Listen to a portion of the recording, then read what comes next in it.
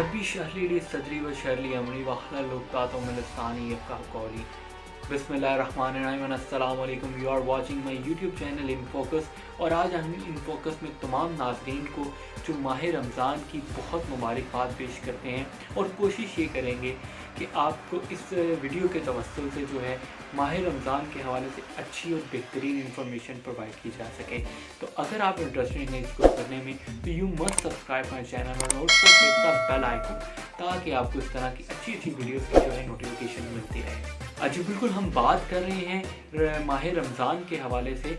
तो माह रमज़ान का महीना जैसे ही शुरू होता है तो रहमतों के बरकतों के जो दरवाजे हैं तमाम मुसलमानों पे खोल दिए जाते हैं। और इससे बड़ी बात क्या होगी कि इस महीने में जो है अल्लाह ताला कहता है कि मैं शैतान को जो है बंद कर देता हूँ और तमाम मुसलमानों के जो है रहमतों के दरवाजे खोल देता हूँ। तो इस रहमतों को, इन बरकतों को बटोरने का महीना है, तो हमें भी यही कोशिश करनी चाहिए कि हम इस रहमतों को और बरकतों को समेटें। आज इन फोकस के ज़रिए मैं यही कोशिश करूँगा कि रमज़ानुल मुबारक के बाबरकत महीने के हवाले से अच्छी और बेहतरीन जो मालूमात है वो तमाम नाज़रीन तक जो है शेयर की जाए, ताकि जो एक फ़र्ज़ है, एक फ़रीज़ा है, क्योंकि ये कहा यह जाता है कि जो हदीस आपको पता है या जो अच्छी बात भी पता है उसको लोगों तक फैलाना चाहिए, ताकि वो बात लोगों तक वो फैल भी जाए और आप पे जो एक फ़र्ज़ है वो भी अदा हो जाए। तो मैं कोशिश ये करूँगा कि आपको अच्छी और बेहतर इंफॉर्मेशन दी जाए।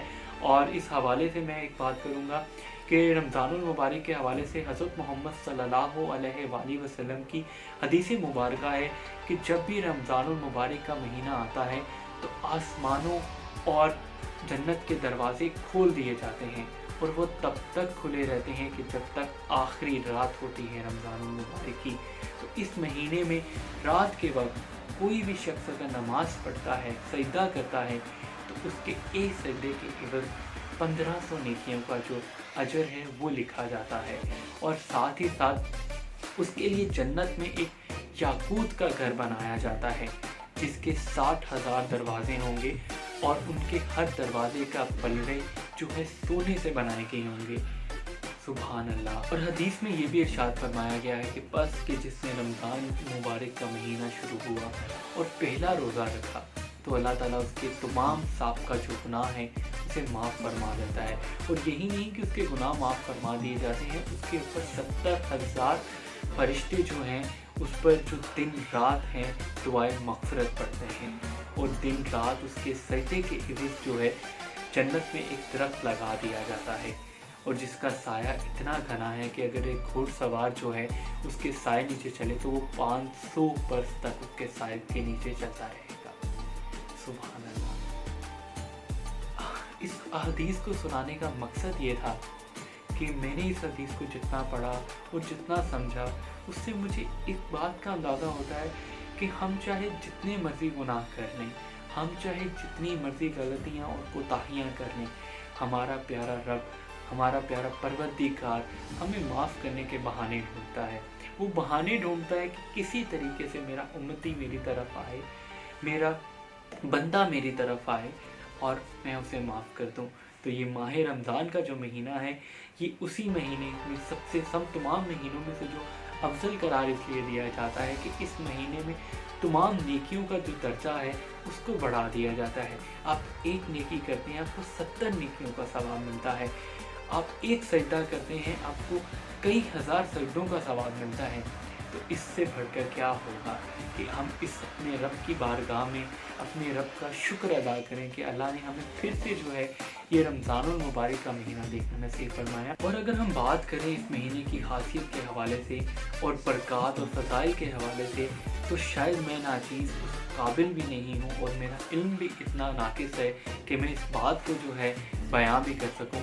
लेकिन इस महीने की खासियत में से एक खासियत ये भी है कि इस महीने में हज़रत इब्राहीम अलैहिस्सलाम पर जो है सहीफ़े नाज़िल किए गए।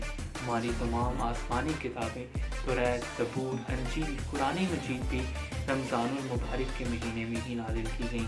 और अगर मैं आपको शायद इस बात का इल्म भी हो और यकीनन इल्म होगा कि हमारे प्यारे नबी मोहम्मद सल्लल्लाहु अलैहि वसल्लम पे जो पहली वही थी वो भी इस महीने में नाजिल की गई और ताक रातों में लैलतुल कद्र की रात पे नाजिल की गई।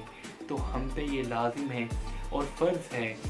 فرض میں اس لیے کہہ رہا ہوں کہ یہ اگر ہمیں اللہ تعالیٰ نے اس کا موقع دیا ہے کہ ہم اس بار پھر رمضان المبارک کے روزے رکھ رہے ہیں، تو ہمیں کوشش یہ کرنی چاہیے کہ ہم اس میں عبادات بھی کریں.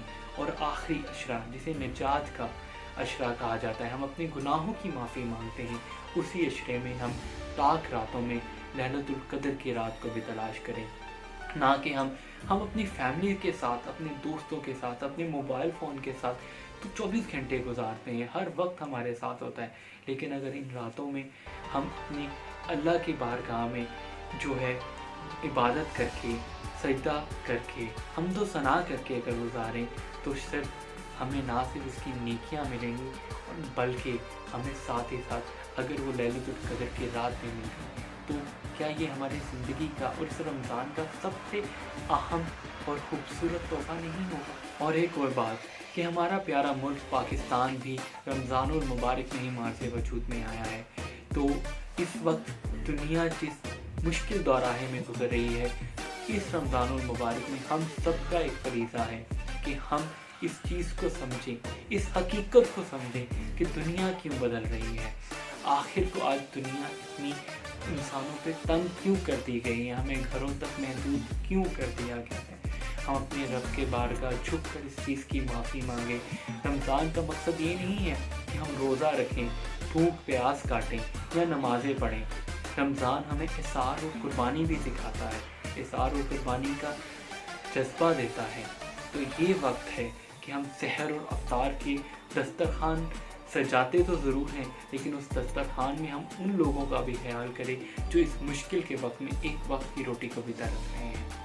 اور ساتھ ہی ساتھ کوشش یہ کریں کہ ہم زیادہ سے زیادہ اپنا جو وقت ہے توبہ استغفار کریں کہ تاکہ اللہ تعالیٰ اس وبائی مرض سے جو ہے ہم سب کی جان چھڑائے، اور دنیا جو کہ انسانوں پہ تنگ ہوتی جا رہی ہے، ان کو محدود کیا جا رہا ہے، وہ ہم پہ ایک بار سے پھر سے جو ہے وہ رحمت کے دروازے وہ دنیا کے تمام کونے کے ہم انسانوں کے لیے کھول دیں. اور ہم انسانوں کو بھی چاہیے کہ ہم اس چیز کی قدر کریں، نہ کہ ناشکری کر کے ہر چیز کو ٹکراتے جائیں. اسی دعا کے ساتھ میں اس ویڈیو کو ختم کروں گا کہ اللہ تعالیٰ آپ کو اور مجھے، ہم سب کو مل کے اس رمضان المبارک میں زیادہ سے زیادہ اپنے رب کے بارگاہ میں جھک کر معافی مانگنے کی توفیق عطا فرمائے اور زیادہ سے زیادہ یہ رحمتیں اور برکتیں سمیٹنے کی توفیق عطا فرمائے.